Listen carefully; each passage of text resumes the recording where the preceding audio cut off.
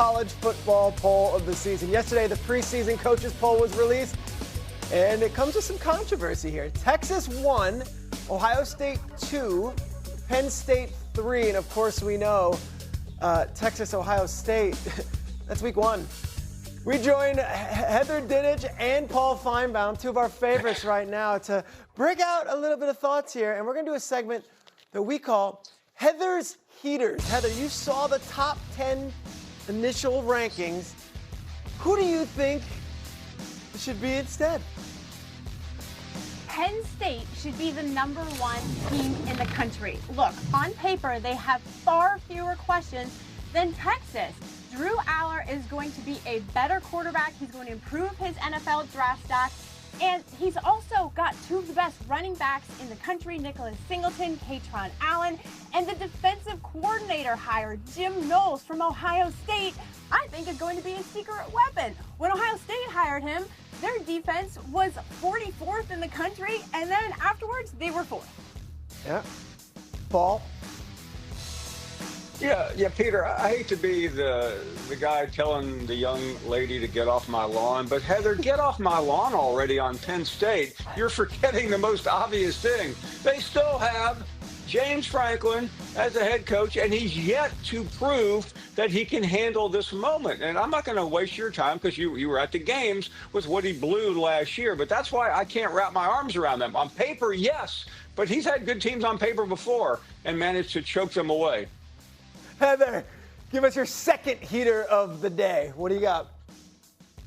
Clemson is underrated. Why are we not talking more about the Clemson Tigers and Dabo Swinney? This is the year they have all the pieces in place to return to national relevance in the college football playoff and make a deep run. You look at Cade Klubnik, their quarterback. He is a projected #1 pick in Jordan Reed's latest 2026 mock draft. And he's got one of the best defensive lines in the country, multiple receivers to throw it to. This is the team that should be getting more credit this preseason. Okay, Paul, is Clemson not getting enough respect? Well, first of all, they're in the top 10, so they are getting respect. They're playing in one of the biggest games of the year. But I'll give Heather this one, Peter. She's 1 for 2 so far early in the morning, so I don't want to be too cruel. Clemson is outstanding. I think they are underrated. But the problem with Clemson is that they lost to Georgia badly at the beginning of last year. They lost at home to South Carolina. They looked average in their playoff game. So it's hard to wrap one's arm around them right now. All right, this last one, Heather, shouldn't cause any controversy. There is a team in the top 10 that you're not so sure about. Who is that? It's Alabama. I mean, why are they getting so much credit? Did they all of a sudden get LSU's quarterback, Garrett Nussmeier? Because last I checked, they had some questions. Yeah, Heather, I'm stuck in Kalen DeBoer's guest room right now, and he just told me to remind you what happened last year in Baton Rouge. LSU had a really good team and that same great quarterback, and they went in there and wiped the floors, or the stadium in this case, with the LSU Tigers. Think about this for a second.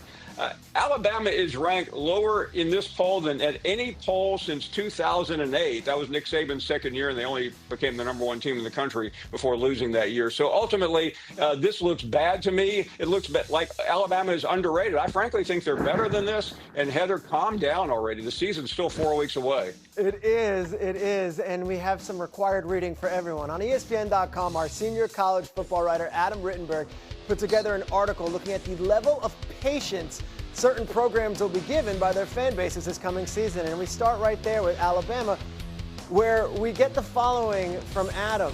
The board likely doesn't need a title to ensure a third season in Tuscaloosa, but if Alabama misses the college football playoffs again, any remaining patience among the Tide faithful will vanish.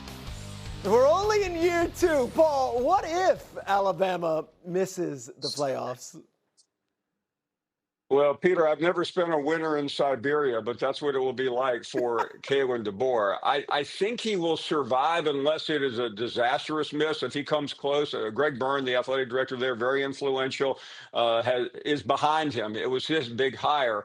But I think next year will be just a pressure cooker of epic proportions. But I don't think this is even a debate. I think Alabama's already in the playoffs from where I sit. All right, let's go to LSU, also in the SEC, where they're now entering year 4 of the Brian Kelly era. Adam writes the following: LSU hasn't reached the CFP nor finished inside the AP top 10 under Kelly's leadership. Kelly should have the personnel to at least reach the playoff by the end of year 4, a point by which each of his 3 predecessors had won national championships. We bring in Marcus Spears, proud LSU man. And Swagoo, what if Brian Kelly and LSU miss the playoffs again?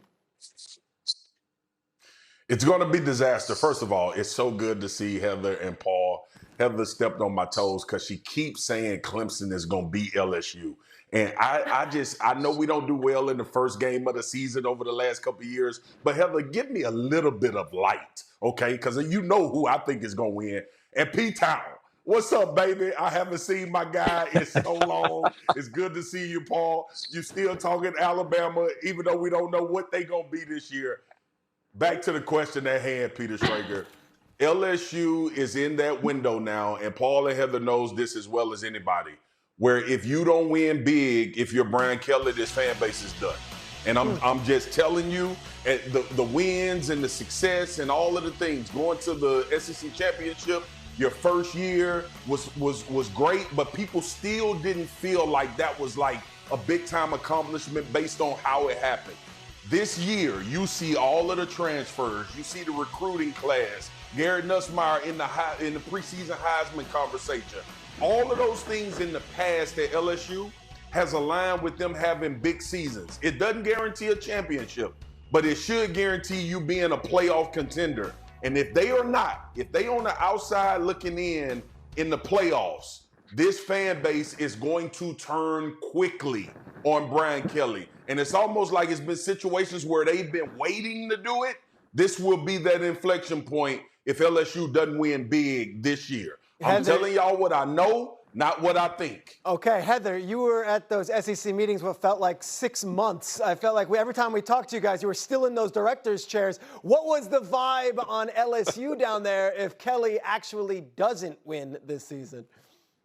Well, by his own words and expectations, there's no reason, no excuse not to, because he said this is a team capable of contending for the national title. He said his defense is capable of competing at an elite level, which he conceded it hadn't been in the past. This is a team that has brought in a lot of talent in the transfer portal, and with Nussmeier at quarterback, he finally has all of the pieces in place. But the dagger will get deeper if Notre Dame wins. Don't forget that, because that is an underlying story here, right? He's getting paid to win this national title, and if Marcus Freeman has more success, then that makes it even harder for LSU fans. Paul Finebaum, the final word. What do you got? Yeah, Peter, I don't know about Marcus Freeman, but I know about Marcus Spears. He was on our show about 10 years ago, and Les Miles lost the second or third game of the year. And he came out and said, Les Miles has to go. I said, Marcus, you can't say that. You're an analyst. And I started getting texts from all the bosses. They shut him up. Guess what? Les Miles got fired that weekend after they lost to Auburn. Marcus Spears, you do not want him after you if you're the LSU coach. He will do you in.